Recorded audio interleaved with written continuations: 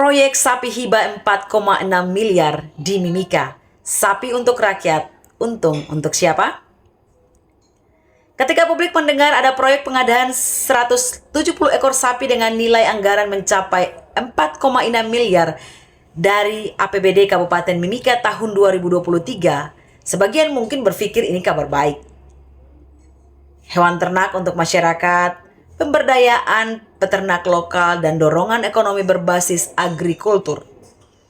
Tetapi saat kita telisik lebih dalam, apa yang tercium justru aroma tidak sedap.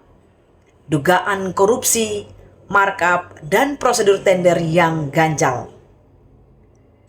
LSM 2 PAM 3 yang selama ini konsisten mengawal isu korupsi di Papua Tengah, angkat suara dan membuka sederet kejanggalan itu. Ketua Umum 2 PAM 3 Antonius Rahabaf menyebut pengadaan ini sebagai proyek menggurita karena melibatkan banyak pihak dan syarat kepentingan tersembunyi. Ia bahkan mempertanyakan klaim Kepala Dinas Peternakan bahwa Inspektorat, Kepolisian, dan Kejaksaan mengawal proses pengadaan sejak awal. Pertanyaannya, jika diawasi sejak awal, mengapa banyak lubang yang lolos begitu saja? Teman-teman, mari kita urai satu persatu. Yang pertama, tender minim syarat teknis. Siapa yang untung? Tender proyek ini dimenangkan oleh CV3 Mutiara, perusahaan lokal yang disebut tidak memiliki peternakan sendiri. Tidak ada keharusan bagi peserta tender untuk memiliki stok sapi atau fasilitas karantina. Padahal ini pengadaan skala besar, 170 ekor sapi. Ini seperti membuka pintu lebar-lebar untuk siapa saja yang ingin menjadi makelar proyek tanpa kapabilitas nyata. Yang kedua, spesifikasi sapi gelap gulita. Dalam dokumen lelang, tidak dijelaskan secara rinci jenis sapi, usia, kelayakan, atau tujuannya, apakah untuk bibit, potong, atau pembiakan. Padahal perbedaan satu kategori saja bisa mempengaruhi harga hingga jutaan rupiah per ekor. Ini celah yang sangat besar dan sangat lebar untuk permainan angka. Dan yang ketiga, harga perkiraan sendiri atau HPS diduga dimanipulasi. Rahabaf membandingkan HPS proyek ini dengan harga dari peternakan besar seperti di Jawa dan Bali dan Malang. Hasilnya cukup mencengangkan.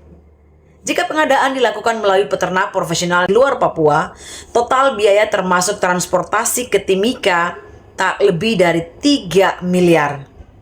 Tetapi dalam proyek ini, HPS-nya hampir 4,7 miliar.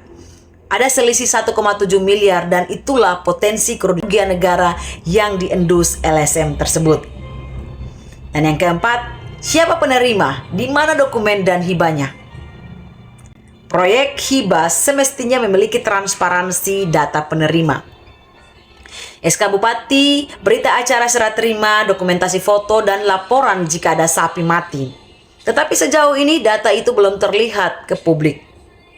Lalu muncul pertanyaan krusial. Sapi-sapi ini benar-benar disalurkan atau hanya angka di atas kertas?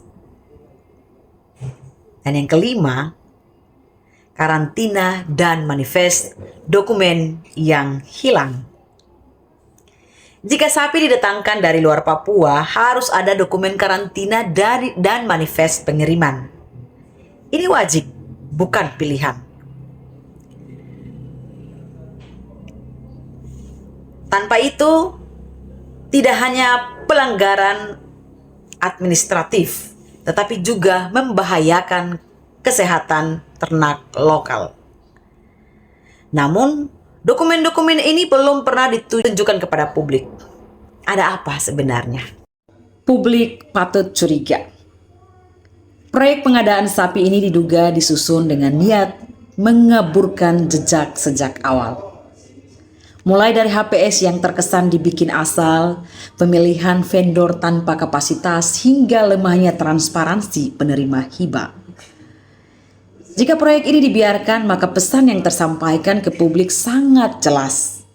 Uang negara bisa dimainkan dengan mudah. Selama aktor-aktornya punya akses dan bisa membawa nama institusi untuk membungkusnya. Kini bola ada di tangan Bupati Yohanes Retop. Jika ia sungguh serius dengan program 100 hari pemberantasan korupsi, maka langkah pertama adalah sederhana saja.